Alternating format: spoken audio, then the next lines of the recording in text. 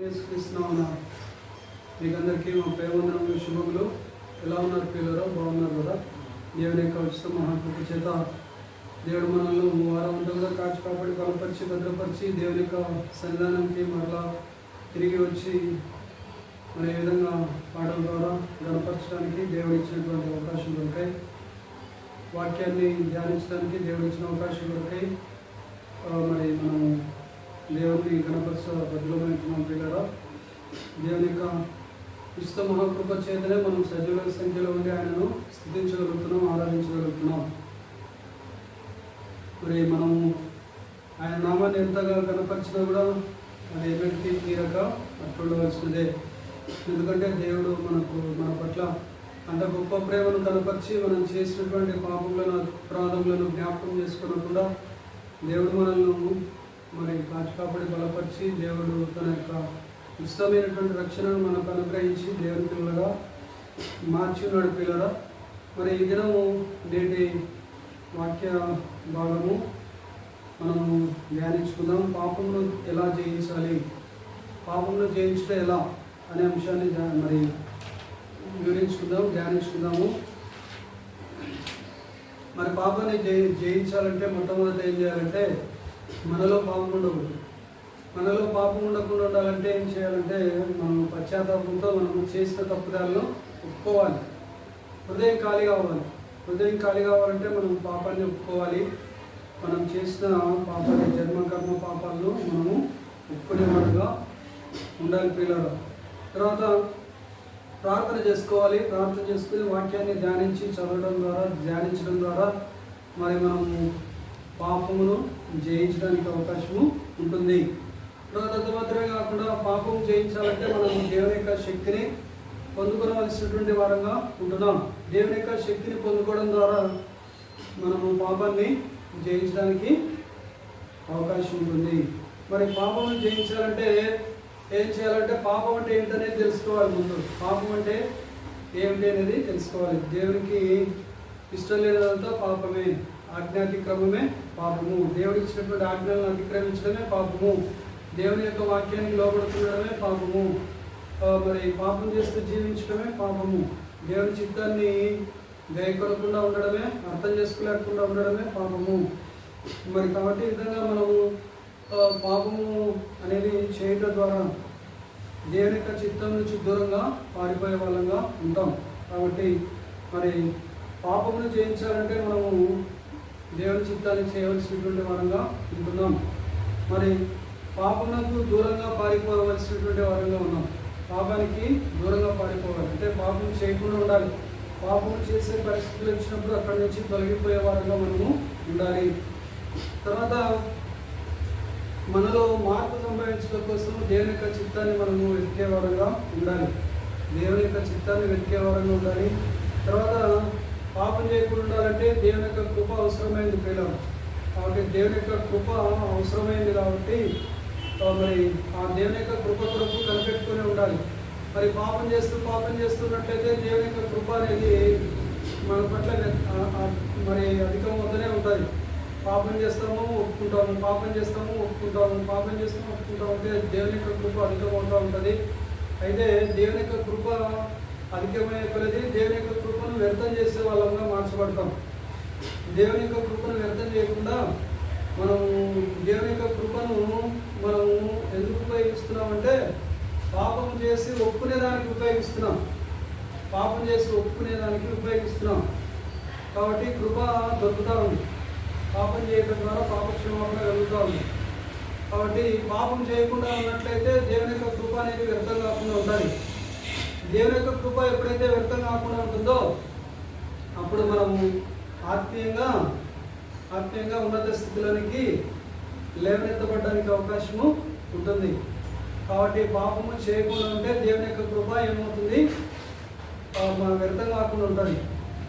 అప్పుడు మనం ఆత్మీయ స్థితిలో మనం ఉన్నత శిఖరాలు నిర్వహించడానికి అవకాశం అనేది ఉంటుంది.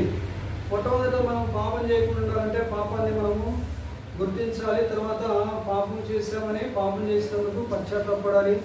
వాక్య వెలుగులో మనము పాపాన్ని గుర్తించడానికి అవకాశం ఉంటుంది. అందుకే మనము దేవుని యొక్క దివ్య గ్రంథమైనటువంటి బైబిల్ను మనము చదవలసినటువంటి వారంగా ఉంటున్నాం. దేవుని యొక్క వాక్యపు వెలుగులో మన యొక్క పాపం అనేది కనబడుతుంది. అర్థంలో మనము చూసుకున్నప్పుడు మన సహజ ముఖం ఏ విధంగా ఉందో మనకు తెలిసిపోయినట్లుగానే అదేవిధంగా మనము దేవుని యొక్క వాక్యము మనము చదువుతూ ఉన్నట్లయితే మన యొక్క పాప పరిస్థితి ఎరుకబడుతుంది. అంటే గ్రహించుకుంటాం, తెలుసుకుంటాం, పాపం ఇది అని తెలుసుకుంటాం. దేవుని యొక్క వాక్యం చదవకపోతే ఏది పాపము ఏది పాపం కాదనేది తెలియదు. కాబట్టి మనము దేవుని యొక్క చిత్తాన్ని చేసే వారంగా ఉండాలంటే మనము దేవుని యొక్క వాక్యాన్ని చదువుతూ దేవుని యొక్క వాక్యం వెలుగులో మన యొక్క పాపాన్ని గుర్తించి నేను పాపం చేస్తున్నాను, నేను తప్పు చేస్తున్నాను, నేను దేవుని చిత్తానికి దూరంగా ఉన్నానని క్షమాపణ అడిగి సరి చేసుకునే వారంగా ఉండాలి. తదనుగుణంగా మనము మన యొక్క ప్రవర్తనను మార్చుకోవాల్సినటువంటి వారంగా ఉంటున్నాం. వాక్యానికి అనుగుణంగా మనము మన యొక్క ప్రవర్తనను సరి చేసుకోవాలి. మన ప్రవర్తన మన ఇష్టానుసారంగా ఉన్నట్లయితే దేవుడు మన చూసి దుఃఖించేవాడుగా ఉంటాడు. కాబట్టి మొదట మనం మన యొక్క ప్రవర్తనను సరి చేసుకోవాలి. మన బిహేవియర్ అనేది సరి చేసుకోవాలి, చేంజ్ చేసుకోవాలి. మన ప్రవర్తనను సరి చేసుకోవాలి, మార్చుకోవాలి. యేసయ్య రక్తంలో కడగబడాలి. నా ప్రవర్తన నీకు ఇష్టానుసారంగా లేదు, నా మాటలు నీ ఇష్టానుసారంగా లేవు, నా చూపులు నీ ఇష్టానుసారంగా లేవు, నా యొక్క పద్ధతి నీకు ఇష్టానుసారంగా లేదు, నేను వినే మాటలు నీకు ఇష్టానుసారమైనటువంటి మాటలు నేను వినడం లేదు, నన్ను క్షమించుకోవు అని మనము ప్రార్థన చేసుకునే వారంగా ఉండాలి. ఆ విధంగా మనము పాపాన్ని గుర్తించి మనము మన యొక్క తదనుగుణంగా వాక్యానికి అనుకూలంగా మనము మన యొక్క ప్రవర్తనను సరి చేసుకోవాలి. సరి చేసుకుంటూ ఉంటే దేవుని యొక్క పరిశుద్ధత అనేది మనలోకి వస్తుంది. మనం సరి చేసుకునే కొద్దీ దేవుని యొక్క నీతి అనేది మనలోకి వస్తుంది. దేవుని యొక్క యథార్థత అనేది మనలోకి వస్తుంది. దేవుని యొక్క పరిశుద్ధత మనలోకి వస్తుంది. దేవుని యొక్క వెలుగు మనలోనికి వస్తుంది. కాబట్టి ఆ విధంగా దేవుని యొక్క లక్షణాలు మనలోకి వస్తాయి. దేవుని యొక్క స్వరూపం మనలోకి వస్తుంది. మనం సరి చేసుకునే కొద్దీ దేవునికి సరైన స్థితిలోనికి మనం వెళ్ళే కొలది, మనం క్షమాపణ అడుక్కుంటూ ఉండే కొలది ఆ విధంగా సరి చేసుకుంటూ ఉండాలి ప్రియులారా. తర్వాత దేవుని యొక్క సహాయాన్ని కోరుకోవాలి. దేవుని దగ్గర పాపం ఒప్పుకోవాలంటే కూడా మనసు ఒప్పుకోదు, కూర్చోలేరు, మోకరించలేరు, పాపం ఒప్పుకోవడానికి ఇష్టం ఉండదు, పాపం ఒప్పుకోవడానికి ప్రార్థన చేయడానికి ఇష్టం ఉండదు, క్షమాపణ పొందుకోవడానికి ఇష్టం ఉండదు. కాబట్టి దేవుని దగ్గర కూర్చొని ఒప్పుకోవాలి. ఆ విధంగా ఒప్పుకోవాలంటే దేవుని యొక్క సహాయం కావాలి. దేవుని యొక్క సహాయము మనము పొందుకుంటూ ఉన్నట్లయితే మనము పాపం ఒప్పుకోవడానికి అవకాశం ఉంటుంది, మోకరించి ప్రార్థన చేయడానికి అవకాశం ఉంటుంది. మోకరించి ప్రార్థన చేస్తున్నప్పుడు మన యొక్క తప్పిదాన్ని ఒప్పుకోవడానికి అవకాశము ఉంటుంది. యోహాను రాసిన మొదటి పత్రిక 1వ అధ్యాయం 9వ వచనం చూస్తే మన పాపములను మనము ఒప్పుకొని ఎడల ఆయన నమ్మదగిన వాడును, నీతిమంతుడు కనుక ఆయన మన పాపములను క్షమించి సమస్త దుర్నీతి నుండి మనలను కడిగి పవిత్రులనుగా చేయను. కాబట్టి మన పాపాలను ఏం చేయాలి? మనము ఒప్పుకోవాలి. ఒప్పుకున్నట్లయితే ఆయన నమ్మదగిన వాడు మరియు నీతిమంతుడు కనుక ఆయన మన పాపాలను క్షమించి సమస్త దుర్నీతి నుండి మనల్ని పవిత్రులుగా చేస్తాడు పిల్లలు. తర్వాత మనం ఆ విధంగా పాపాన్ని గుర్తించినప్పుడు పాపము ప్రార్థనలో ఒప్పేసుకోవాలి. ఆ తర్వాత మన ముందుకు ఒక శోధన రాబోతుందని దేవుడు తెలియపరిచే దేవుడుగా ఉంటాడు. కాబట్టి ఆ శోధన రాబోతుందని శోధన రాబోతుందని దేవుడు తెలియపరుస్తాడు. శోధన రాబోతుంది, మాటల ద్వారా శోధన రాబోతుంది, మాటల ద్వారా ఎన్నుకుంటాను అని చెప్పేసి దేవుడు మనకు తెలియపరుస్తాడు. శోధన రాబోతుందని తెలియపరిచినప్పుడు మనము ఏం చేయాలంటే మనము ప్రార్థన చేసుకోవాలి, శోధనను ఎదుర్కోవాలి. తర్వాత రెండోది శోధనను జయించాలి. శోధనను జయించాలంటే దేవుని శక్తి మనలో ఉండాలి, మనకు దేవుని శక్తి కావాలి. తర్వాత ఆయన యొక్క నడిపింపు కావాలి. ఆయన యొక్క నడిపింపును మనము కోరుకోవాలి. ఆయన నడిపింపును కోరుకోవాలి. తర్వాత దేవుని యొక్క చిత్తం కనుగొనట కొరకు మనం ఏం చేయాలంటే దేవుని యొక్క వాక్యాన్ని చదివి ధ్యానించాలి. అప్పుడు దేవుని యొక్క చిత్తం అనేది బయలుపరచబడుతుంది. ఆ తర్వాత దేవుని యొక్క చిత్తం బయలుపరచబడినప్పుడు దాన్ని లోబడడానికి ఏ విధంగా మనము దాన్ని ఆచరణలో పెట్టడానికి ఏ విధంగా కార్యప్రణాళిక సిద్ధం చేసుకోవాలని చెప్పేసి ఆత్మీయులైనటువంటి వారి యొక్క సలహాలను మనము తీసుకోవాలి. మన తప్పిదాలను వేరే వాళ్ళు చెప్పేవారిని కాకుండా మన తప్పిదాలను దాచిపెట్టి దేవుని దగ్గర క్షమాపణ అడిగేటట్లుగా మనల్ని నడిపించే ఆత్మీయుల దగ్గరికి మనము మన తప్పిదాలను 10 మందికి, 20 మందికి, 50 మందికి, 100 మందికి, 1,00,000 మందికి చెప్పేవారు వారి దగ్గర మన తప్పిదాలు చెప్పకుండా మనం ఏం చేయాలంటే మనము ఆత్మీయుల దగ్గర మన యొక్క తప్పిదాలను చెప్పినట్లయితే వాళ్ళు సరైనటువంటి మార్గంలో మనల్ని నడిపించి దేవుని యొద్దకు శిలువ చెంతకు నడిపించి దేవుని యొక్క సారూప్యంలోకి నడిపిస్తారు ఆత్మీయులు. తర్వాత మరి మనము ఆత్మీయ క్రమాన్ని అనుసరించే వారంగా ఉండాలి. ఆ తర్వాత పాపమునకు నడిపించే పరిస్థితుల నుంచి మనము దూరంగా తొలగిపోవాలి. పాపానికి నడిపించే పరిస్థితులు ఏమేమి ఉన్నాయో వాటి నుంచి దూరంగా తొలగిపోవాలి, దూరంగా పారిపోయే వారంగా ఉండాలి. తర్వాత పాపం అనేది వేరుపారిపోకుండా ఉండాలి. పాపం వేరుపారినట్లుగా మరి ఉన్నటువంటి అవకాశాలన్నింటినీ కూడా ఎక్కడెక్కడైతే అవకాశం ఉందో, పాపం చేయడానికి అవకాశం ఉందో ఆ తలంపుల్లో, క్రియల్లో, మాటల్లో, మరి చూపుల్లో, చేష్టల్లో, ప్రతి ఒక్క విషయంలో కూడా పాపం చేయకుండా ఉండడానికి మరి అవకాశాలు ఎక్కడైతే దొరుకుతాయో అక్కడ నుంచి మనము పారిపోయే వారంగా ఉండాలి. ఆ తర్వాత అపవాదికి చిక్కుకునే వారంగా మనము ఉండకూడదు పిల్లలు. తర్వాత మార్పు కోసం మనము క్రీస్తు ప్రభు వారు మనకు బోధించినటువంటి బోధన వైపు మనము దృష్టి పెట్టి ఉన్నట్లయితే మనము పాపంలో వేరుపారకుండా మనము పాపాన్ని కడుక్కోవడానికి అవకాశము ఉంటుంది, పాపక్షమాపణ పొందడానికి అవకాశము ఉంటుంది, పాపం చేసే అవకాశం నుంచి తొలగిపోవడానికి అవకాశం అనేది ఉంటుంది. కాబట్టి మనం ఏం చేయాలంటే ప్రార్థనలో స్థిరత్వం కలిగినటువంటి క్రైస్తవులుగా మనము జీవించాలి. ఏమాత్రము ప్రార్థన తక్కువైపోతే వెంటనే అపవాది పొంచి ఉంటాడు పాపం చేయించడానికి. కాబట్టి మరి మనము ఏం చేయాలంటే పాపము చేయకుండా ఉండాలంటే ప్రార్థనలో ఎక్కువగా స్థిరత్వం కలిగినటువంటి క్రైస్తవ బిడ్డలంగా, దేవుని బిడ్డలంగా మనము సాగాలి. తర్వాత పాపం చేయకుండా ఉండాలంటే మనము దేవుని యొక్క కృపపై ఆధారపడాలి. దేవుని యొక్క కృపపై ఆధారపడాలి.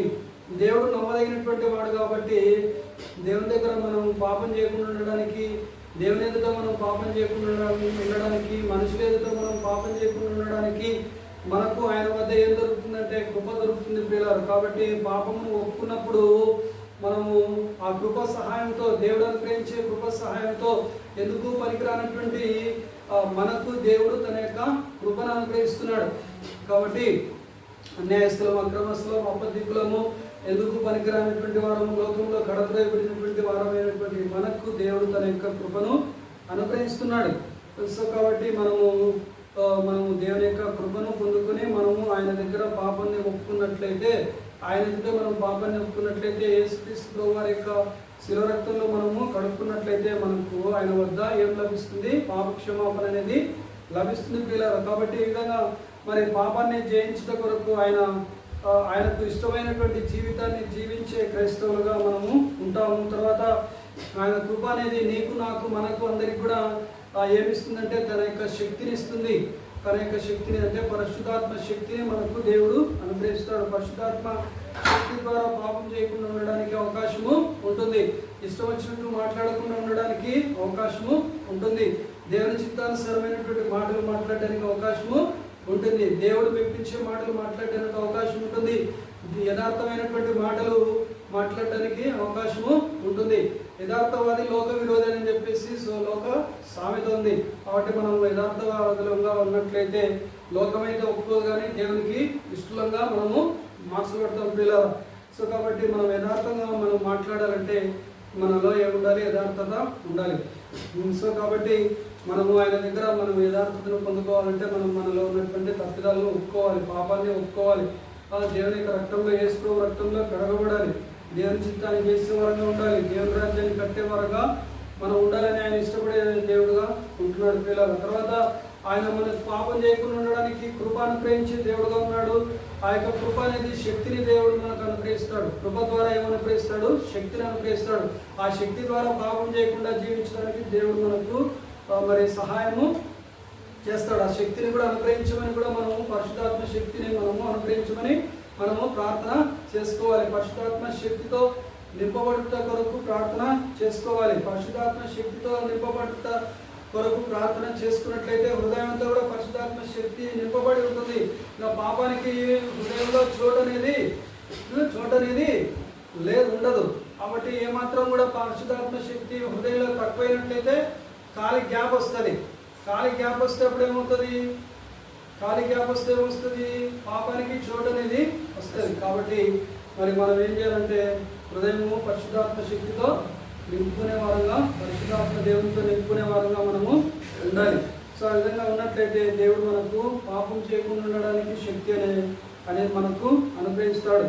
తర్వాత ఆయన మరణము మరియు ఆయన యొక్క పునరుత్థానాలు, యేసు ప్రభువు వారి యొక్క మరణము మరియు పునరుత్థానములను గురించి ధ్యానించడం ద్వారా మరి మనకు ఏం లభిస్తుందంటే పాపం మీద జయము లభిస్తుంది. జయ క్రైస్తవ జీవితాన్ని జీవించడానికి దేవుడు మనకు సాయం చేస్తాడు. అది కూడా ప్రార్థన చేసుకోవాలి మనం. ప్రభా, జయ క్రైస్తవ జీవితాన్ని జీవించడానికి సహాయము దయచే ప్రభా అని మనము ప్రార్థన చేసుకోవాలి. పాపం మీద జయం అనేది వస్తుంది.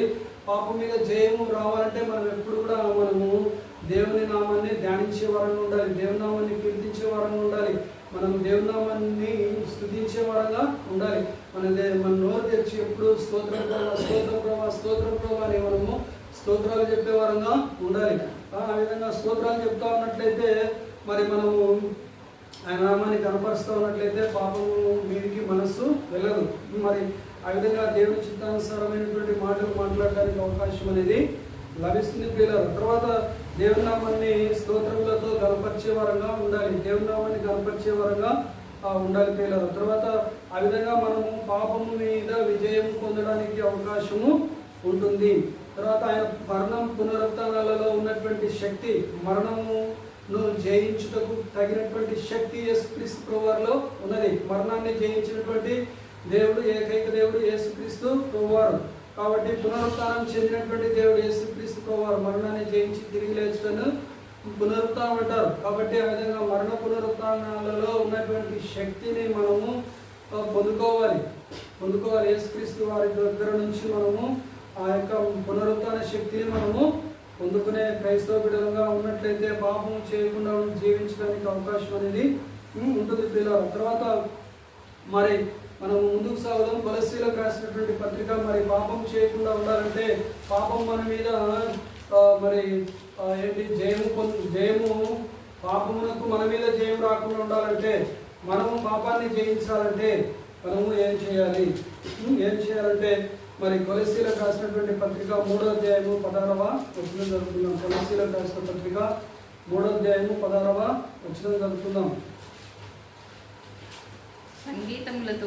సంగీతములతోను కీర్తనలతోను ఆత్మ సంబంధమైన పద్యములతోను ఒకడు బోధించుచు బుద్ధి చెప్పుచు కృపాసహితముగా మీ హృదయములలో దేవుని గూర్చి గానము చేయుచు సమస్త విధములైన జ్ఞానముతో క్రీస్తు వాక్యము మీలో సమృద్ధిగా నివసింపనీయుడి.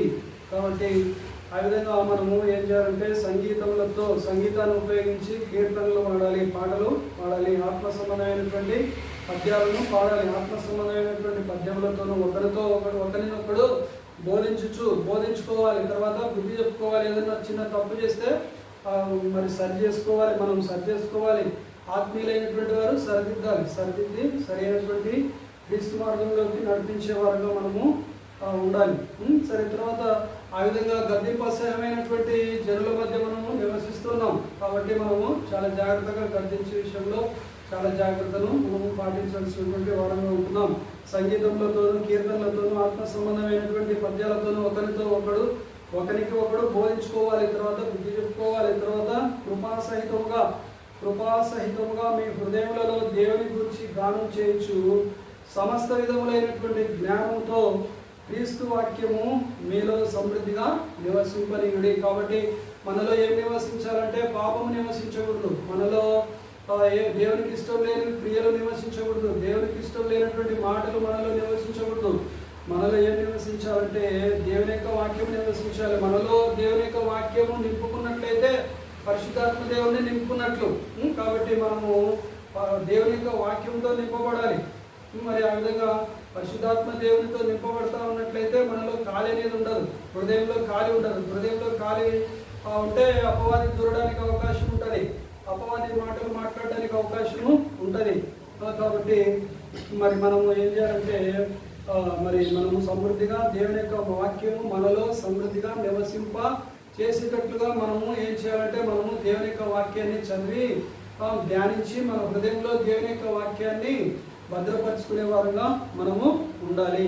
ఆ విధంగా ఉన్నట్లయితే మనము పాపం చేయకుండా ఉండడానికి అవకాశం అనేది ఉంటుంది పిల్లలు. సరే, తర్వాత ఆ విధంగా సమృద్ధిగా దేవుని యొక్క వాక్యంతో హృదయాన్ని నింపుకునే వారంగా ఉండాలి.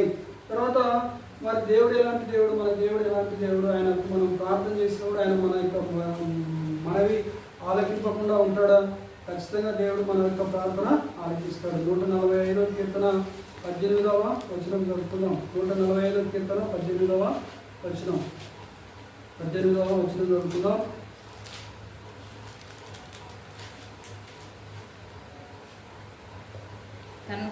తనకు మొర్రపెట్టు వారికి అందరికి తనకు నిజముగా మొర్రపెట్టు వారికి అందరికి యెహోవా సమీపంగా ఉన్నాడు. కాబట్టి తనకు ఎవరెవరైతే మొరపెడుతూ ఉంటారో తర్వాత వారందరికీ కూడా తనకు నిజంగా మొరపెట్టేవారు. మొరపెట్టే వాళ్ళు వేరు, నిజంగా మొరపెట్టే వాళ్ళు వేరు. కాబట్టి నిజంగా మొరపెట్టే వాళ్ళుగా ఉండాలని దేవుడు కోరుకుంటున్నాడు. కాబట్టి దేవుడు మనకు సమీపంగా ఉండాలంటే మనం ఏం చేయాలి? నిజంగా మనము మొరపెట్టే వారంగా ఉండాలి. ఆయనకు నిజంగా మనము మొరపెడుతూ ఉన్నట్లయితే ఆయన మనకు సమీపంగా ఉండే దేవుడుగా ఉంటాడు.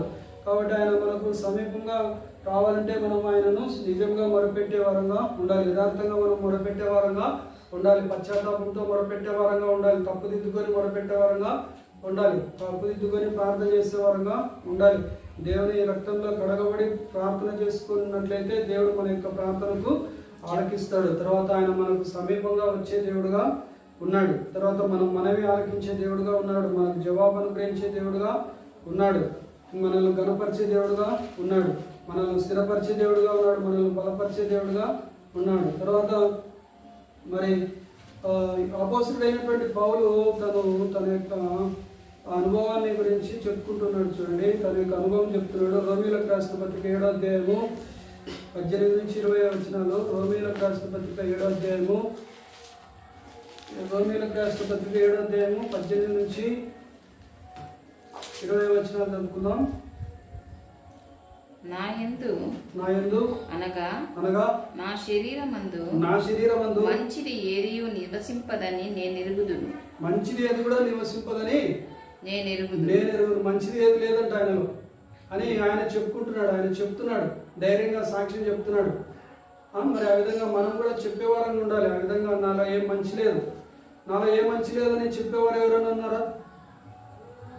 నాలో ఏ మంచి లేదని ఎవరైనా చెప్పేవారు ఉన్నారా ఈ లోకంలో? అప్పుడు దేవుని యొక్క నమ్మినటువంటి బిడ్డలు ఈ విధంగా నాలో ఏ మంచి లేదని చెప్పేవారుగా ఉంటారు.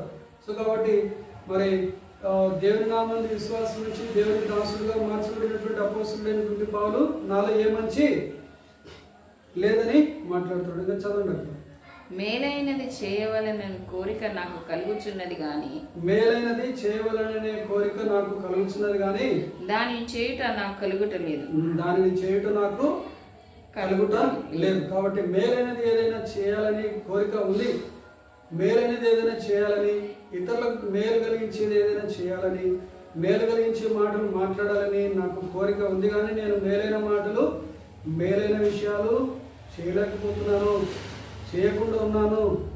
చేయాలనుకుంటున్నాను కానీ చేయలేకపోతున్నాను, మాట్లాడాలనుకుంటున్నాను కానీ మాట్లాడలేకపోతున్నానని మాట్లాడుతున్నాడు పిల్లలు. కాబట్టి ఆ విధంగా తను తగ్గించుకుంటున్నాడు. దేవుని సన్నిధానంలో సంఘం ఎదుట మాట్లాడుతున్నాడు. నేను ఏది కూడా మంచి చేయాలని కోరుకుంటున్నాను కానీ మంచి చేయలేకపోతున్నాను. ఆ తర్వాత మంచి మాటలు మాట్లాడాలనుకుంటున్నాను కానీ మంచి మాట్లాడలేకపోతున్నాను. మరి ఆ తర్వాత ఇంకేంట తర్వాత నేను చేయగోరు మేలు చేయక చేయగోరని కీడు చేయుచున్నాను అంటున్నాను కదా. చేయగోరని కీడు చేయుచున్నాను. చేయదగినటువంటి మేలు చేయకపోగా ఏం చేస్తున్నాడట? చేయగోరని కీడు చేస్తున్నాను కదా.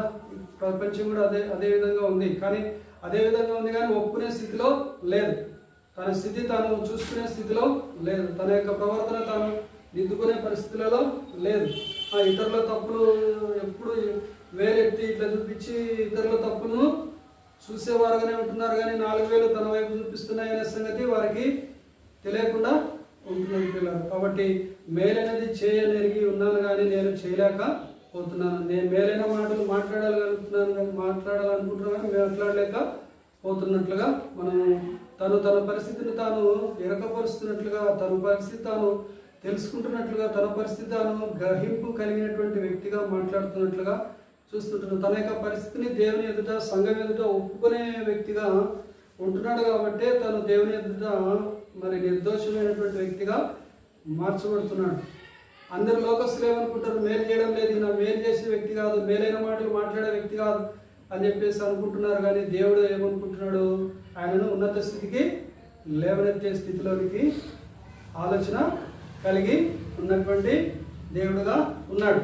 సో కాబట్టి మరి తర్వాత చదవలేక మళ్ళా అంతేనా, కొనసాగింపు అంతే కదా. నెక్స్ట్ సో కాబట్టి మనం కూడా మరి మేలైనది ఏదైతే ఉన్నదో దాన్ని చేసేవారంగా ఉంటున్నామా లేదా అనేది మనము పరీక్ష చేసుకోవాలి. ఇతరులకు మేలు కలిగించే మాటలు మనం మాట్లాడే వారంగా ఉంటున్నామా, ఇతరులకు కీడు కలిగించే మాటలు మాట్లాడే వారంగా ఉంటున్నామా అనే సంగతి మనము పరీక్ష చేసుకొని, మనలో నిజంగా తప్పు ఉన్నట్లయితే మనం యేసు రక్తంలో కడగబడినట్లయితే మరలా తిరిగి ఆ విధమైనటువంటి మాటలు మాట్లాడకుండా ఉండడానికి దేవుడు తన యొక్క ఉచితమైనటువంటి మహాకృపను చూపిస్తాడు, నడిపిస్తాడు, మనల్ని బలపరుస్తాడు, భద్రపరుస్తాడు. దేవుని యొక్క సారూప్యంలోనికి మార్చబడాలనే ఆశ కలిగినటువంటి వారందరినీ కూడా దేవుని యొక్క సారూప్యంలోనికి మార్చడానికి దేవుడు ఇష్టమైనటువంటి దేవుడుగా ఉంటున్నాడు. కాబట్టి నా శరీరమందు మంచిది ఏది కూడా నివసింపదని నేను ఎరుగుదునని చెప్పేసి అంటున్నాడు. నా శరీరమందు మంచిది ఏది కూడా నివసింపదని నేను ఎరుగుదును. మేలైనది చేయవలనని కోరిక నాకు కలుగుతున్నది కానీ నేను దానిని చేయడం నాకు కలుగుటలేదు అంటున్నాడు. కాబట్టి మరి ఆ విధంగా దానిని చేయనది నా యందు నివసించు పాపమే కానీ ఇతను నేను కాదు. కాబట్టి ఆ విధంగా మేలు చేసేది అయితే మంచిది, అలాగే మేలు చేయలేకపోతున్నాను అంటున్నాడు. కాబట్టి నేను పాపము చేస్తున్నానని తను తాను దేవుని సన్నిధానంలో ఒప్పుకునే స్థితిలో ఉంటున్నాడు. మరి ఆ విధంగా సంఘం ఎదుట ఒప్పుకునే స్థితిలో ఉంటున్నాడు. తర్వాత ఆ విధంగా మనము మన యొక్క తప్పిదాలను ఒప్పుకునే స్థితిలో ఉండే వరంగా ఉంటున్నామా అనే గ్రహింపులోనికి మనము రావాలి. ఆ తర్వాత 7వ అధ్యాయం 24వ వచనం చదువుకున్నాం. చూడండి ఎంత తగ్గింపుతో మాట్లాడుతున్నాడు చూడండి. అపోస్తలుడైనటువంటి పౌలు 7వ అధ్యాయము 24వ వచనం. 7వ అధ్యాయం 24వ వచనం. అయ్యో నేనెంత దౌర్భాగ్యుడను, అయ్యో నేనంత దౌర్భాగ్యుడను, ఇట్టి మరణమునకు లోనగు శరీరము నుండి నన్నెవడు విడిపించును అంటున్నాడు కదా. ఇట్టి మరణమునకు లోనగు శరీరం నుండి నన్నెవడు విడిపించును. అయ్యో నేనెంత దౌర్భాగ్యుడను అంటున్నాడు. ఎంత దౌర్భాగ్యుడను, నేనెంత దౌర్భాగ్యుడను, ఇట్టి మరణమునకు లోనగు శరీరం నుండి నన్నెవడు విడిపించును అంటున్నాడు. కాబట్టి ఎంత తగ్గించుకొని మాట్లాడుతున్నాడు చూడండి. తనను తాను దౌర్భాగ్యుడను అని చెప్పేసి అనుకుంటున్నాడు అని మాట్లాడుతున్నాడు. నేను దౌర్భాగ్యుడను, ఇట్టి మరణమునకు లోనగు శరీరం నుండి నన్ను ఎవరు విడిపించలేరు, ఎవరు కూడా విడిపించలేరు. ఎందుకంటే అందరూ కూడా పాపం చేసి ఏకంగా గొర్రెల వలె ఏకంగా త్రోవ తప్పి ఏకంగా పనికి మాలిన వారే లేని వాక్యము చెప్తా ఉంది. విడిపించేవారు ఎవరు కూడా లేరు. కాబట్టి అటువంటి స్థితిలో ఉన్నప్పుడు దేవుడు ఆయనను జ్ఞాపకం చేసుకుని ఆయనను ఉన్నత స్థితికి లేవనెత్తాడు పిల్లలు. కాబట్టి అయ్యో నేను తన పూర్వస్థితిని జ్ఞాపకం చేసుకుని మాట్లాడుతున్నాను. అయ్యో నేనంత దౌర్భాగ్యుడను, ఇట్టి మరణమునకు లోనగు శరీరం నుండి నన్ను ఎవడు విడిపించునని చెప్పేసి మాట్లాడుతున్నాడు. పూర్వపు స్థితిని మాట్లాడుతున్నాడు. కాబట్టి ఆయన విడిపించబడినటువంటి వాడు, లేవనెత్తబడినటువంటి వాడు, మరణం నుంచి విడిపించబడినటువంటి వాడు, మరణ బంధకాల నుంచి విడిపించబడినటువంటి వాడు, దౌర్భాగ్య స్థితి నుంచి విడిపించబడినటువంటి పౌలును మనము చూస్తున్నాం. తర్వాత మరి ఆ విధంగా మరి దేవుడు తన పట్ల తన యొక్క విశేషమైనటువంటి కృపను, కనికరాన్ని చూపించి తన యొక్క పాపమును జయించడానికి తాను మరి కృపను పొందుకున్నటువంటి వ్యక్తిగా ఆయన దేవునికి కృతజ్ఞతాస్తుతులు చెల్లించే వ్యక్తిగా కూడా ఉన్నట్లుగా మనము గమనించవచ్చు ప్రియులారా. 7వ అధ్యాయం 25వ వచనం గమనించినట్లయితే మన ప్రభువైన యేసుక్రీస్తు ద్వారా దేవునికి కృతజ్ఞతాస్తుతులు చెల్లించుచున్నాను. కాగా మనసు విషయములో నేను దైవ నియమమునకు శరీర విషయంలో పాప నియమమునకు దాసుడనై ఉన్నాను. మనసులో ఏమో నేనేమో దేవునికి ఇష్టంగా ఉండాలని చెప్పేసి, దేవుని చిత్తాన్ని చేయాలని చెప్పేసి మరి నేను ఆ విధంగా దైవ నియమానికి లోబడి ఉన్నాను. మనసు విషయంలో గట్టిగా మనసు చేసుకున్నాను. దేవుని కోసం జీవించాలని గట్టి మనసు చేసుకున్నాను. అయితే శరీరం ఏం చేస్తూ ఉంది? పాపము చేయాలని ప్రేరేపణ చేస్తూ ఉంది. పాప నియమమునకు నేను దాసుడుగా ఉన్నానని చెప్పేసి తాను ఒప్పుకుంటున్నట్లుగా చూస్తుంటున్నాం. తనను తాను తగ్గించుకుంటున్నట్లుగా చూస్తుంటున్నాం. సంఘం ఎదుట తన యొక్క పరిస్థితిని ఒప్పుకుంటున్నట్లుగా చూస్తున్నాం. పాప నియమమునకు దాసుడనే ఉన్నాను అంటున్నాడు. కాబట్టి ఆ విధంగా మనం ఎప్పుడైనా మాట్లాడుతున్నాము, అపోస్తుడైనటువంటి పౌలు వలె మనము తగ్గించుకొని మాట్లాడే స్థితి ఉందా? లేకుంటే గర్వపు మాటలు మన నోట్లో నుంచి వస్తున్నాయా? ఏ మాటలు మనలో నుంచి వస్తున్నాయి? దూషణ మాటలు మాట్లాడుతున్నామా? ద్వేషించే మాటలు మాట్లాడుతున్నామా? కీడు కలిగించే మాటలు మాట్లాడుతున్నామా? లేదంటే మనల్ని మనం తగ్గించుకొని మరి దేవుని యొక్క చిత్తానికి లోబడే వారంగా ఉంటున్నామా? దేవుని యొక్క మనసును కలిగినటువంటి వారంగా మనము ఉంటున్నామా? మరి శరీర విషయంలో పాప నియమమునకు దాసుడనై ఉన్నాను అని ఒప్పుకుంటున్నాడు. పాప నియమమునకు దాసుడనై ఉన్నాను అని ఒప్పుకుంటున్నాడు పిల్లలు. సరే, తర్వాత ఆ విధమైనటువంటి స్థితిలో మరి పౌలు ఉన్నప్పుడు, మరి తర్వాత సర్వలోక మానవాళి ఉన్నప్పుడు 2000 సంవత్సరాల క్రితము ఆ దేవాది దేవుడైనటువంటి ప్రభు అయినటువంటి యేసుక్రీస్తు వారు దేవునితో కూడా సమానంగా ఉండుట విడిచిపెట్టకూడని భాగ్యమని ఎంచుకోలేదు. కానీ దాసుని స్వరూపాన్ని ధరించుకుని తాను రిక్తునిగా చేసుకున్నాడు. మనుషుని పోలికగా పుట్టినాడు. మరణం పొందినంతగా అనగా శిలువ మరణం పొందినంతగా తాను తగ్గించుకున్నాడు ప్రియులారా. తర్వాత చూడండి, మరి తిమోతికి రాసిన మరి మొదటి పత్రిక 1వ అధ్యాయము 15వ వచనం చదువుకుందాం. 1:15.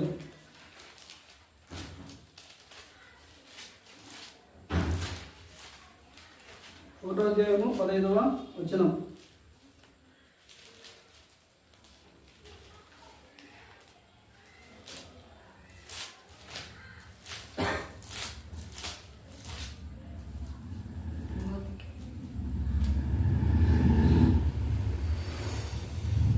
పాపులను రక్షించుటకు క్రీస్తు యేసు లోకమునకు వచ్చినను వాక్యము 1:15. పాపులను రక్షించుటకు క్రీస్తు యేసు లోకమునకు వచ్చినను వాక్యము నమ్మదగినదియు యోగ్యమైనది ఉన్నది. అట్టి వారిలో నేను ప్రధానుడని అంటున్నాడు. పాపులలో ప్రధానుడంట. ప్రధానుడు. కాబట్టి ఎవరైతే పాపులలో ప్రధానుడుగా ఉంటాడో అటువంటి వాళ్ళే దేవునికి కావాల్సింది. రోగం గల వారికి వైద్యుడు అక్కర, రోగం లేని వారికి వైద్యుడు అవసరము లేదు. కాబట్టి ఎవరైతే పాపం చేస్తూ ప్రధాన పాపిగా ఉన్నారో వాళ్ళకే దేవుడు అవసరం. నీతిమంతులకు దేవుడు అవసరము లేదు. కాబట్టి ప్రధానుడు అంటున్నాడు. ఇక్కడ చూడండి, మళ్ళీ తన పూర్వపు పరిస్థితి అపోస్తలుడైనటువంటి పౌలు తిమోతికి రాస్తూ మాట్లాడుతున్నాడు. తను ఎలాంటి వాడు చూడండి ఒకసారి. 12వ వచనంలో, 1వ అధ్యాయం 12వ వచనంలో ఎలాంటి వాడు చూడండి. పూర్వము దూషకుడను హింసకుడను హానికరుడనైన నన్ను తన పరిచర్యకు నియమించి నమ్మకమైన వానిగా ఎంచినందుకు. అందరూ ఏం చేస్తున్నారు? ఎట్లా చూస్తున్నారు ఆయనను? ఈయనను ఎట్లా చూస్తున్నారు? పూర్వం ఈయన దూషకుడు, క్రైస్తవ్యాన్ని దూషించినటువంటి వాడు, ద్వేషించినటువంటి వాడు, హింసించినటువంటి వాడు, ఆ తర్వాత చంపినటువంటి వాడు, ఇష్టం వచ్చినట్లు మరి చెరసాలలో వేసినటువంటి వాడు, పత్రాలు తీసుకున్నటువంటి వాడు. ఏం పత్రాలు అవి? పర్మిషన్ పత్రాలు తీసుకున్నటువంటి వ్యక్తి యూదా సమాజంతో. మరి ఆ విధంగా యూదుల సర్వ సమాజ మందిరంలో మరి పర్మిషన్ తీసుకున్నటువంటి వ్యక్తి.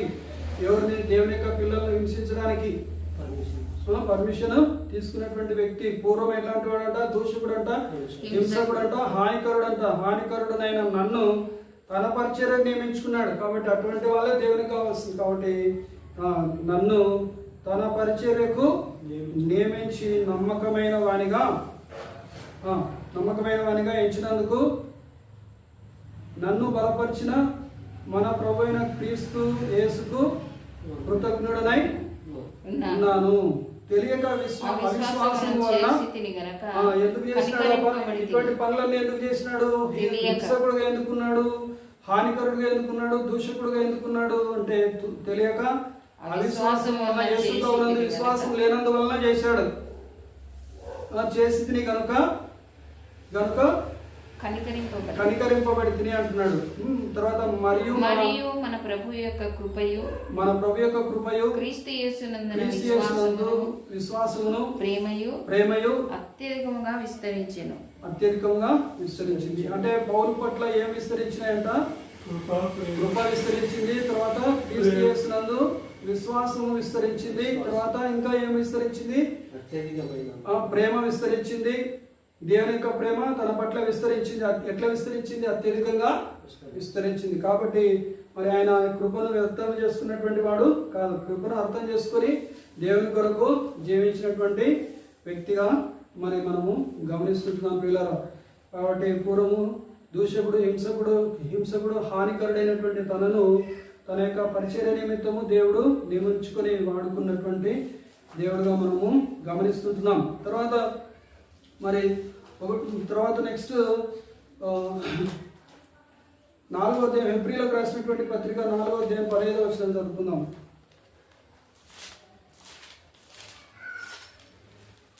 4వ అధ్యాయము 15వ వచనం. హెబ్రీలకు రాసిన పత్రిక 4వ అధ్యాయం 15వ వచనం.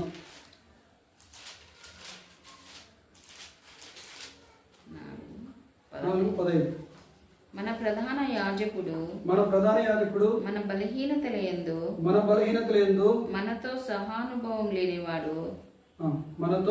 అనుభవము లేనివాడు కాడు గాని సమస్త విషయములలోను మనవలనే శోధింపబడినను ఆయన పాపం లేనివాడుగా ఉండెను కదా. ఇక్కడ ఈ మాటలు ఎవరి గురించి రాయబడినాయి? మన ప్రభు అయినటువంటి యేసుక్రీస్తు వారి గురించి రాయబడినాయి. ఎవరి ద్వారా రాయబడినాయి? అపోస్తులుడైనటువంటి పౌలు ద్వారా రాయబడినాయి. హెబ్రీలకు రాసినటువంటి పత్రికలో అపోస్తులుడైనటువంటి పౌలు మాట్లాడుతున్నాడు పిల్లలు. అపోస్తులైనటువంటి పౌలు 4వ అధ్యాయం 15వ వచనంలో మన ప్రధాన యాజకుడు, ఎవరు మన ప్రధాన యాజకుడు? ప్రభు అయినటువంటి యేసుక్రీస్తు వారు. మనం ఏ విధంగా అయితే బలహీనంగా ఉంటున్నామో, పాపం చేసే విషయంలో బలహీనంగా ఉంటున్నాము, బలహీనత కలిగినటువంటి వారంగా ఉంటున్నాము. మన బలహీనతల యందు మనతో సహానుభవం లేనివాడు కాడు గాని సమస్త విషయములలో మన వలనే శోధింపబడ్డాడు. మనం ఏ విధంగా అయితే శోధింపబడతామో, పాపం చేసే విషయంలో శోధింపబడతామో, చెయ్యి పాపం చేయి, ఏం కాదులే, మాట్లాడలే, తినలే, తాగులే అని చెప్పేసి అపవాదిగాడు చెప్తూ ఉంటాడు. ఏమవుతుంది? లోకమంతా చేస్తున్నారు కదా, లోకమంతా తాగుతున్నారు కదా, లోకమంతా తింటున్నారు కదా, లోకమంతా తిరుగుతున్నారు కదా, లోకమంతా ఇష్టానుసారంగా మరి ప్రవర్తిస్తున్నారు కదా, లోకమంతా ఇష్టానుసారంగా మాట్లాడుతున్నారు కదా, మీరు మాట్లాడితే ఏమవుతుందని చెప్పేసి మరి అపవాది మాట్లాడతాడు. అయితే మరి అవన్నీ కూడా మన యొక్క బలహీనతలు అవుతాయి. కాబట్టి మరి శోధనలు అవుతాయి. సో కాబట్టి మన వలనే శోధింపబడ్డాడు. ఎవరు? యేసుక్రీస్తు ప్రభువారు శోధింపబడ్డాడు. శోధింపబడినా కూడా ఆయన పాపము లేనివాడుగా ఉన్నాడు. ఆయన ఏ విధంగా ఉన్నాడు? యేసు ప్రభు ఎట్లున్నాడు? పాపము లేనివాడుగా ఉన్నాడు. శోధింపబడినా కూడా పాపము లేనివాడుగా ఉండెను అని అపోస్తలుడైనటువంటి పౌలు యేసుక్రీస్తు ప్రభుని గురించి తెలియపరుస్తున్నట్లుగా మనము గమనిస్తున్నాం ప్రియుల. తర్వాత ఎఫెసీలకు రాసినటువంటి పత్రిక 2వ అధ్యాయం 2వ వచనంలో మరి కొంతమంది ఆ విధంగా ఉంటున్నారు. ఎట్లుంటున్నారంటే చదువుదాం. ఎఫెసీలకు రాసిన పత్రిక 2వ అధ్యాయం 2వ వచనంలో పాపం చేస్తూ కొంతమంది ఏం చేస్తున్నారంటే మరి దేవునికి వ్యతిరేకమైనటువంటి అపవాదికి, మరి తర్వాత వాయుమండల సంబంధమైనటువంటి అపవాది అయినటువంటి సాతానుకు మరి విధేయత చూపిస్తూ దేవునికి అవిధేయులుగా ఉన్నటువంటి వారుగా ఉంటున్నారు. తర్వాత చూడండి 2వ అధ్యాయము 2వ వచనం చూద్దాము. 2వ అధ్యాయము 2వ వచనం. ఆయన మిమ్మల్ని క్రీస్తుతో కూడా బ్రతికించెను, మీరు వాటిని చేయొచ్చు అంటే పాపమును చేయొచ్చు, వాయుమండల సంబంధమైన అధిపతిని, అపరాధములను చేయొచ్చు, మీరు వాటిని చేయొచ్చు, వాయుమండల సంబంధమైన అధిపతిని. ఎక్కడున్నాడు వాడు? అపవాది అంటే వాయుమండలంలో ఉన్నాడు, గాలిలో తిరుగుతున్నాడు, వాయుమండలంలో ఉన్నాడు. వాయుమండలానికి సంబంధమైనటువంటి అధిపతిని అనగా అవిధేయులైన వారిని ఇప్పుడు వాడు ఏం చేస్తున్నాడు? అవిధేయులైనటువంటి వారిని అంటే క్రీస్తు శిలువకు వ్యతిరేకులైనటువంటి వారిని, దేవునికి వ్యతిరేకులైనటువంటి వారిని, క్రీస్తు ప్రభువుకు వ్యతిరేకులైనటువంటి వారిని ఏం చేస్తున్నాడు? వాడు ఏం చేస్తున్నాడు? ప్రేరేపిస్తా ఉన్నాడు. వానికి ఏముంది? ప్రేరేపించే శక్తి ఉంది. దేవునికి వ్యతిరేకంగా పనిచేసే శక్తి ఉంది. కాబట్టి ప్రేరేపించే శక్తికి అధిపతి వాడు. కాబట్టి ఆ విధంగా ఉన్నటువంటి వానికి, అపవానికి, ఆ అధిపతికి, దేవునికి వ్యతిరేకంగా ప్రేరేపించే శక్తి అయినటువంటి ఆ అధిపతిని అనుసరించి మీరేం చేస్తున్నారు? ఈ ప్రపంచ ధర్మము చొప్పున ఏం చేస్తున్నారు? ఈ ప్రపంచ ధర్మం, ప్రపంచంలో ఒక ధర్మం ఉంది. ఆ ధర్మము కనుగొన్నవాడు ఎవరు? అపవాది. ధర్మమును తెలియపరిచేవాడు ఎవరు? వానితో కూడా కలిసి పని చేస్తున్నారు. వానితో కూడా కలిసి మునుపు నడుచుకున్నారు. అయితే ఇప్పుడు నడుచుకోవడం లేదు. ఇప్పుడు యేసు ప్రభు నామమున విశ్వాసం నుంచి యేసు మార్గంలోనికి వచ్చినారు. యేసే మార్గం, నేనే మార్గము, సత్యము, జీవమై ఉన్నాను. కాబట్టి ఆయన నామమున విశ్వాసం ఇచ్చినటువంటి వారు మరి వెలుగు సంబంధులుగా ఉంటారు. నేను లోకమునకు వెలుగై ఉన్నాను అంటున్నాడు. నన్ను వెంబడించేవాడు చీకటిలో నడవక ఆశ్చర్యకరమైనటువంటి వెలుగును కలిగి ఉంటుందని యేసుక్రీస్తు ప్రభు వారు సెలవిస్తున్నారు. సో కాబట్టి మనమందరం కూడా తర్వాత ఆ విధంగా వాడిని అనుసరించి నడుచుకుంటూ ఈ ప్రపంచ ధర్మము చొప్పున మునుపు నడుచుకున్నారు. ఇంతకుముందు నడుచుకున్నారు, అయితే ఇప్పుడు నడుచుకోవడం లేదు. అయితే మునుపు నడుచుకున్నారు. వారితో కలిసి ఏం చేసినారంట? వీళ్ళు లోకస్తులతో కలిసి ఏం చేశారంట? మనమందరమును అంటున్నాడు, కలుపుకున్నాడు. తను కూడా కలుపుకున్నాడు. మనమందరమును శరీరం యొక్కయు మనస్సు యొక్కయు కోరికలను నెరవేర్చుకొనుచు మన శరీరాశలను అనుసరించి మునుపు ప్రవర్తించుచు కడమ వారి వలనే స్వభావ సిద్ధంగా దైవకృతకు పాత్రులమై ఉంటుంది. కాబట్టి మరి మనం ఆ విధంగా మనస్సు యొక్క, శరీరం యొక్క కోరికలు నెరవేర్చుకోవడమే పని. ఏం పని అంట? మనస్సు యొక్కయు మరియు శరీరం యొక్కయు కోరికలను నెరవేర్చుకొనుచు మన శరీరాశలను అనుసరించి మునుపు ప్రవర్తించుచు కడమ వారి వలనే, అంటే ఇంతకు ముందు వారి వలనే, ఇంతకుముందు వారు మన పూర్వీకులు చేసినటువంటి వారి వలనే, మరి ఇంతకుముందు వారి వలనే, కడమ వారి వలనే, తర్వాత స్వభావ సిద్ధంగా, సహజ సిద్ధంగా, న్యాచురల్గా, స్వభావ సిద్ధంగా దైవోగ్రతకు, దేవుని యొక్క ఉగ్రతకు పాత్రులై ఉంటిమే అంటాడైతే ఆయనను దేవుడు ఏం చేస్తున్నాడంటే కరుణా సంపన్నుడై ఉండి మనము మన యొక్క అపరాధముల చేత చచ్చినటువంటి స్థితిలో ఉండగా, ఏ విషయంలో చచ్చిపోయినటువంటి వారంగా ఉన్నామో ఆత్మీయ స్థితిలో చచ్చిపోయినటువంటి స్థితిలో ఉండగా, చనిపోయినటువంటి స్థితిలో ఉండినప్పుడు సైతము మన ఎడల యేసు ప్రభువు ఏం చేస్తున్నాడో చూపినటువంటి తన మహా ప్రేమ చేత. కాబట్టి యేసు ప్రభు ఏం చేస్తున్నాడంటే మనల్ని అట్లనే చచ్చినటువంటి ఆత్మీయతలో చచ్చిపోయినటువంటి స్థితిలో ఉన్నటువంటి మన యొక్క శరీరం యొక్కయు, దేహం యొక్క, శరీరం యొక్కయు, మనస్సు యొక్కయు కోరికలను నెరవేర్చుకుంటూ దైవకృతకు పాత్రలమైనటువంటి మనల్ని తన యొక్క ప్రేమ చేత మనల్ని క్రీస్తుతో కూడా బ్రతికించాడు. తండ్రి అయినటువంటి దేవుడు ఆ విధమైనటువంటి ప్రణాళికను కలిగి ఉన్నాడు. కాబట్టి దేవుని యొక్క ప్రేమ చేత మనము క్రీస్తుతో కూడా బ్రతికించబడినటువంటి వారంగా ఉన్నాము అని అపోస్తలుడైనటువంటి పౌలు ఎఫెసీయులకు రాసినటువంటి పత్రికలో జ్ఞాపకము చేస్తున్నాడు పిల్లలు. కాబట్టి మరి మీరు చేసే పనులన్నీ ఇటువంటి పనులు చేస్తున్నారు. కాబట్టి దేవుని యొక్క కృప ద్వారానే ఇప్పుడు ఏం పొంది ఉన్నారు? రక్షణను పొంది ఉన్నారు. మీరు ఇప్పుడు ఏం చేయబడ్డారు? యేసు ప్రభువు నామమునందు విశ్వాసం ఉంచినటువంటి మీరు, దైవకృతకు పాత్రులైనటువంటి మీరు, ఆయన నామమునందు విశ్వాసం ఉంచడం ద్వారా దేవుని పిల్లలుగా మార్చబడి మరి మీరు రక్షణ పొంది ఉన్నారని చెప్పేసి అపోస్తలుడైనటువంటి పౌలు ఎఫెసీయులకు రాస్తున్నాడు పిల్లలు. కాబట్టి మరి ఆ విధంగా దేవుని చిత్తాన్ని చేసేవారుగా వారు మార్చబడ్డారు. దేవుని రాజ్యాన్ని కట్టేవారుగా వారు మార్చబడ్డారు. దేవుని సారథ్యంలోనికి మార్చబడేవారుగా వాళ్ళు మరి జీవించారు పిల్లలు. తర్వాత మరి ఎఫెసీయులకు రాసినటువంటి పత్రిక 6వ అధ్యాయము 12వ వచనంలో మనం గమనించినట్లయితే అంత్యదినాల్లో అపాయకరమైనటువంటి కాలాల్లో మనం నివసిస్తున్నాము.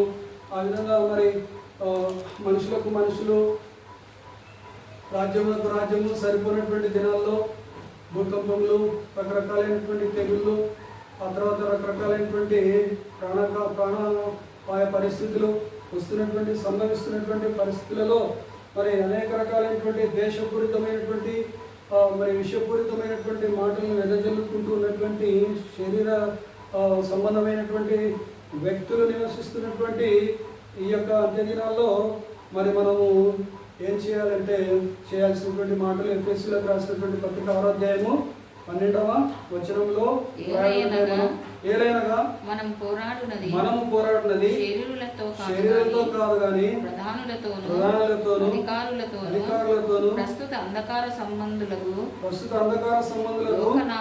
లోకనాథులతోను ఆకాశ మండలమందున్న దురాత్మల సమూహములతోను పోరాడుచున్నాము. కాబట్టి 12వ వచనంలో మనము పోరాడేది ఎవరితో పోరాడాలి మనము శరీరంతో కాదు, మనుషులతో కాదు, వ్యతిరేకులతో కాదు, మన క్రీస్తుకు వ్యతిరేకమైనటువంటి మాటలు మాట్లాడే వాళ్ళతో కాదు, దైవ సేవకులను దూషించే వాళ్ళతో కాదు మనం పోరాడాల్సింది. వాళ్ళలో పనిచేస్తున్నటువంటి ఎవరెవరు పనిచేస్తున్నారు, వాళ్ళలో ఎవరు పనిచేస్తున్నారు?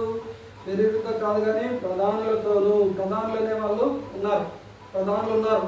ఎక్కడున్నారు? వాయుమండలంలో ఉన్నారు. ఆ వాయుమండల సంబంధి యొక్క మరి సమూహం ఉంది.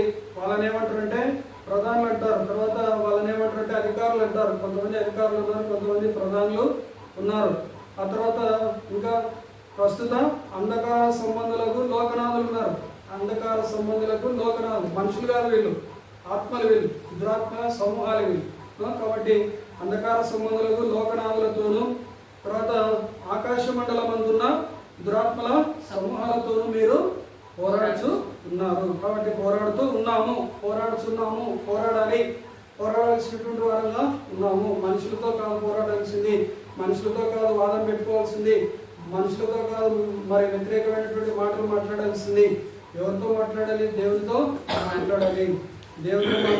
తర్వాత వారికి వ్యతిరేకంగా మనము పోరాడాల్సినటువంటి వారంగా ఉంటున్నాం. వాళ్ళలో పనిచేస్తున్నటువంటి అంధకార సంబంధమైనటువంటి మరి క్రియలతో, అంధకార సంబంధమైనటువంటి లోకనాథులతో, ఆకాశ మండలం ఉన్నటువంటి దురాత్మల సమూహాలతో మనము పోరాడుతున్నాం అనే అపోస్తలుడైనటువంటి పౌలు ఎఫెసీయులకు రాస్తూ తెలియపరుస్తున్నట్టు పిల్లలు. కాబట్టి మనము మరి ప్రార్థనలో ఎక్కువగా మరి మనము పోరాడవలసినటువంటి వారంగా ఉంటున్నాం. ప్రార్థనలో ఎక్కువగా అపవాదితో పోరాడవలసినటువంటి వారంగా ఉంటున్నాం. అపవాది కుతంత్రాలన్నింటినీ ఎరిగినటువంటి వారము కావు కానీ మనము ప్రార్థన చేయవలసినటువంటి వారంగా ఉంటున్నాం. అపవాది కుయుక్తులన్నింటినీ కూడా ఎరిగినటువంటి వారంగా ఉంటున్నాం. అనేక సామ్రాజ్యాలను చితకదొక్కాలంటే ఏం చేయాలి? మనము ప్రార్థన చేసేవారంగా ఉండాలి.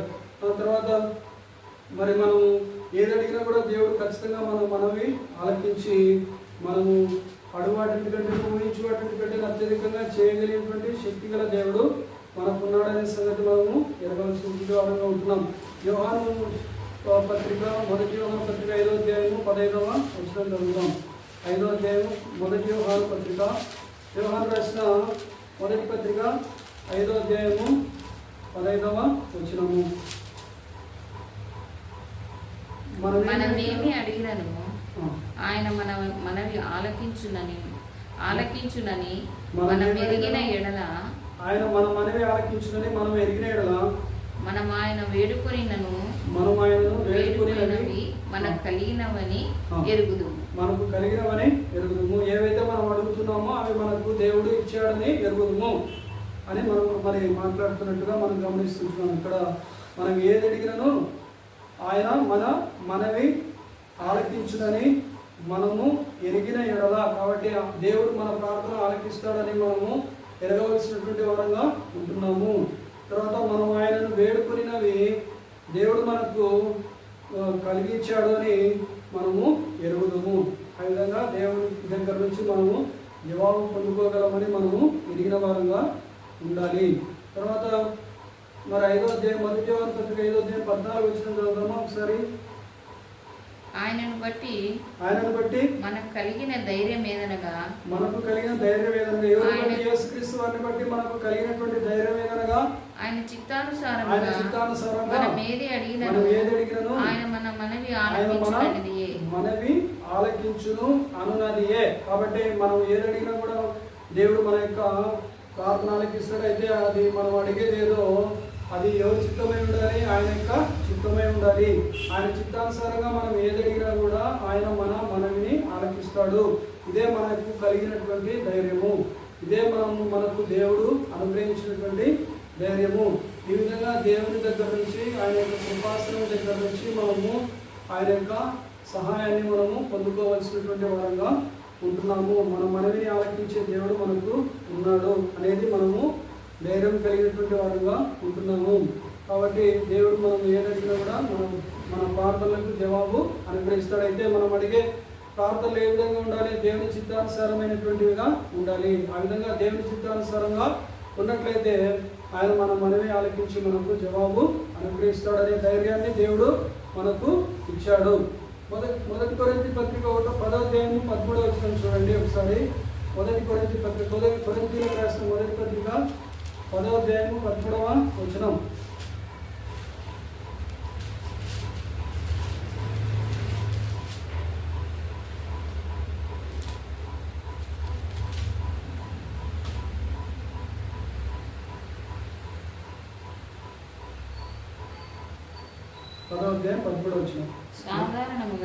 సాధారణంగా మనుషులకు కలుగు శోధన తప్ప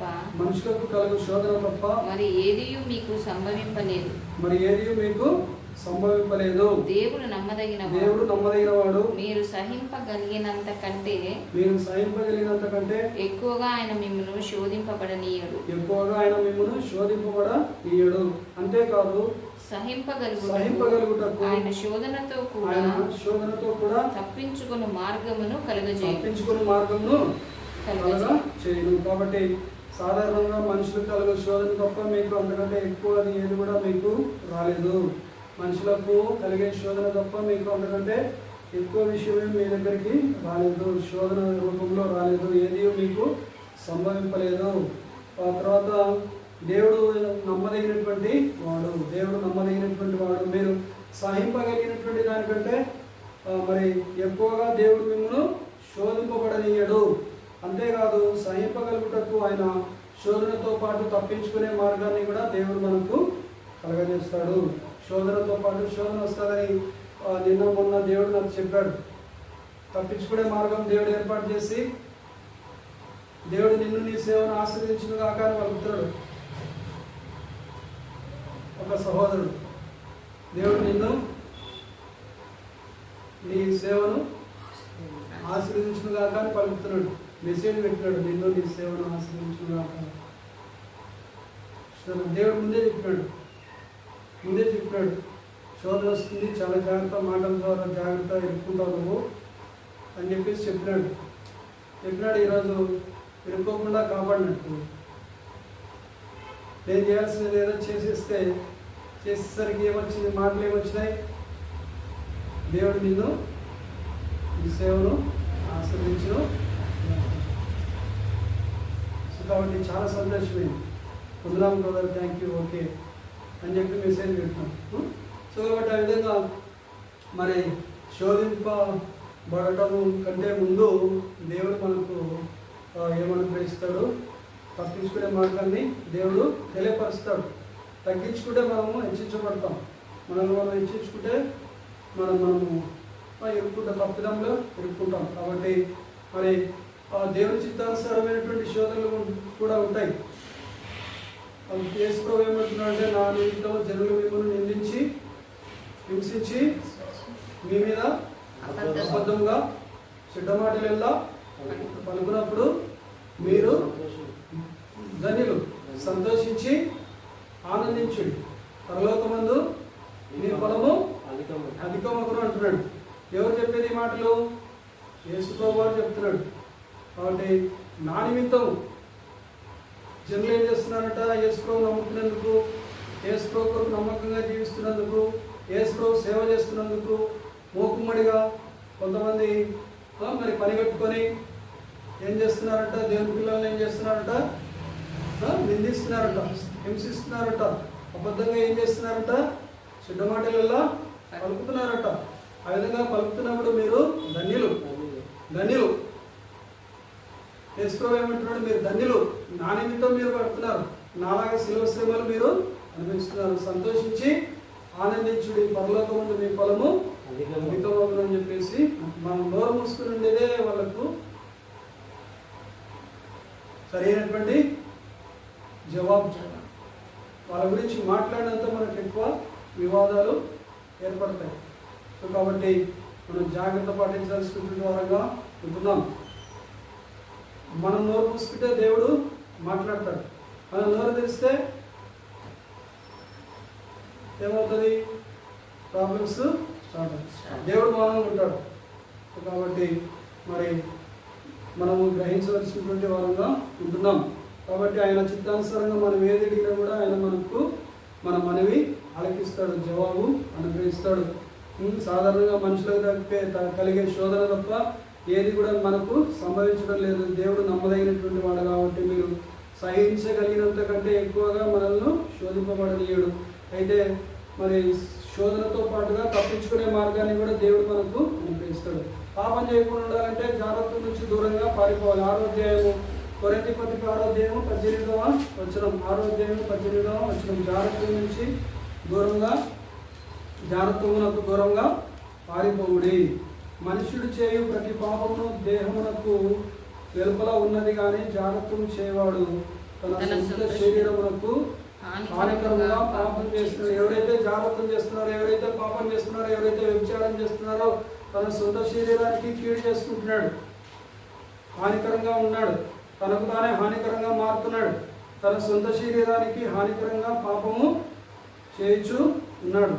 కాబట్టి మీ దేహము ఎవరి వల్ల అనుగ్రహించబడింది? మీకు దేహము ఎవరి సొత్తు? దేవుని యొక్క సొత్తు. మరి మీ దేహము దేవుని వలన మీకు అనుగ్రహించబడి ఉన్నది. మీలో ఉన్న పరిశుద్ధాత్మకు ఆలయమై ఉన్నదని మీరు ఎరుగుదురా. మీరు మీ సొత్తు కారు.